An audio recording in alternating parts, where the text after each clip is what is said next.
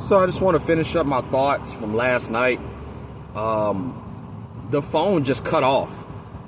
It got to, I think, 20 something minutes or whatever. And then the phone just said restarting. So I don't know what that was about. I just went to sleep. Had a good night's rest. Woke up with a baby headache. But it's taken care of. I'm just sitting here chilling now. I go to work here in a couple hours. But I wanted to just finish my thoughts about the movie. And the one thing that really I wanted to get out is that we don't make films like this anymore, especially in our community, because that was a very heartfelt movie. They didn't have any white people in the movie that felt out of place. And it was just a great example of how, as fathers, we need to be there for our children. They also had the scene that in Don't Be a Menace to Society, played by the Wayans brothers. They had a scene in the movie where the Muslim nigga in prison was the man that ultimately saved him from being sexually abused by the Aryan Brotherhood. Now, I want to say this. When I watched that scene and that brother told him, they were walking through a hallway and there was a side door, and the white guys grabbed the black dude in the side door. So it was like he just vanished out of nowhere. And now they're in like close confines. I mean, the damn place got about as big as a tent, so they're like face to face. And he's telling them like, you know, you owe us double. What he say? He said the 5 deuce they gave you to us, so you're our property now. And I'm already, shout out to the person who wrote this film and directed it, because there was no rape scene in the movie. None. Y'all remember the movie Lockdown? And the guy that played in the scene with Graffiti, when he came in the cell and Graffiti gave him them comic books, and as soon as he took his eyes off Graffiti looking up at his cellmate like, you ready to get him? And I'm not even going to go further, but that was a scene where when I watched that guy's interview on Vlad TV, he was like, bro, I did not want to do that scene. I did not want to do that. And I kept trying to side with these people like, do we really got to do this sexual assault scene? Do we really got to do this? Do we really got to do this? And so I commend them for not letting the film go down that path of watching another black man be humiliated sexually. I didn't want to see that, and I'm glad I didn't see it. These nose rings, boy, this shit hurt. So when the Muslim man, he barged his way in there as if to say, bro, I already know y'all what y'all finna do. And so he tells the white guy named Buddha, he says, hey man, you, and I'm paraphrasing because I don't want to be long. He was like, we all men in here, right? Right? And Graffiti looking around like, yeah. And he was like, that man behind you, he is a man, right?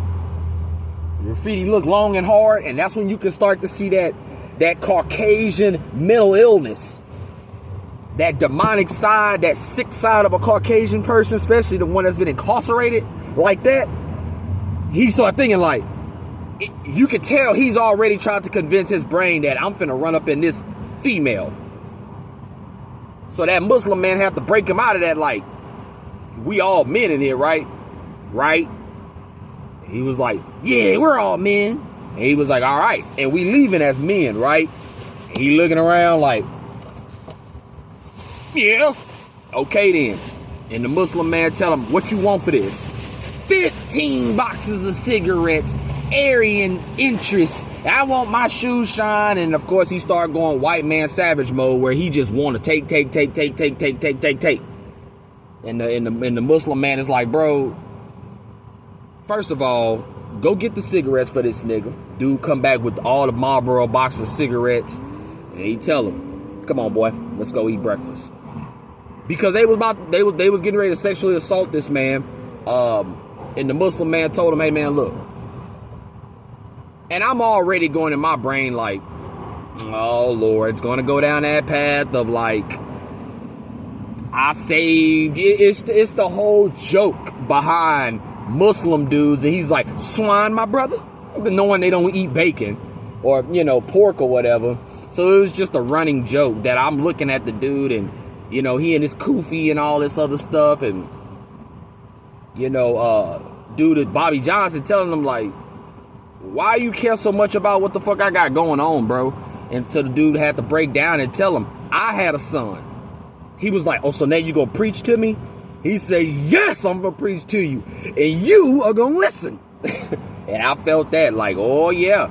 Cause when I start running this mouth and people feel like I'm preaching to them, yeah, motherfucker, I may potentially be preaching to you and you need to listen to what I'm telling you. If you know what's good for you. But he tells him that he had a son and his son got caught up in gang culture. And he say his son got murdered by 3 boys. He say, so guess what I did? He said, I went back and murdered all 3 of them. And they put me in here. And he said, my job is to teach you and for you to teach somebody else. That's how you repay me. And so it was a very touching film in that regard to how we need to treat each other. And he just kept saying like, bro, we got to be there for our kids. Like we, being behind bars and stuff, we can't do anything in here. And so he told him, start reading the Quran. And it was just so funny. He threw the little book at him. He was like, you owe me 15 boxes of cigarettes. You can repay me by reading. I'm like, oh, that's very, very, very slick of you. Very slick, to indoctrinate somebody based off of a debt that they owe.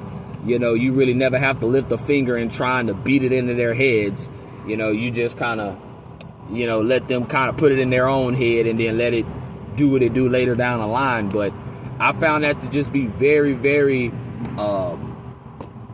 very nice to see. Very nice to see in a film. I don't watch movies often.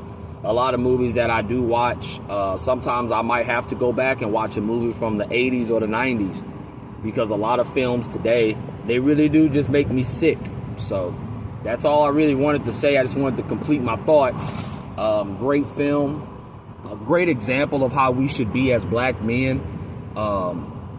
Outside of the gang stuff, obviously. But as far as being there for our children. And when he told that dude, he said, I'm willing to die for my son right now. That's my son in your arms. You said you owe me for doing 10 years for you. I just want my son. I just want my son. He gave him his son. Him and his son walked out. They were going to kill the black man that shot him in the back. See, nowadays, they'd have made that a white dude. I swear to God, they'd have made that dude that shot that nigga in the back, shot the kid in the back, they'd have made him a white dude. And I'm right. They'd have made the dude a white dude, and everybody in the movie, you should have blew his head off. And it's like, oh boy, we don't learn, do we? So y'all have a good Saturday. Trying to make some things shake so that I can get my phone bill paid and keep making videos and stuff like that. If you guys want to help me out, Cash App, blah, blah, blah, blah, blah. Charles Edwards the third. So that's, Charles Edwards 123, Roman numeral 3. Again, everything is appreciated from the views to the comments. I know that YouTube is dying.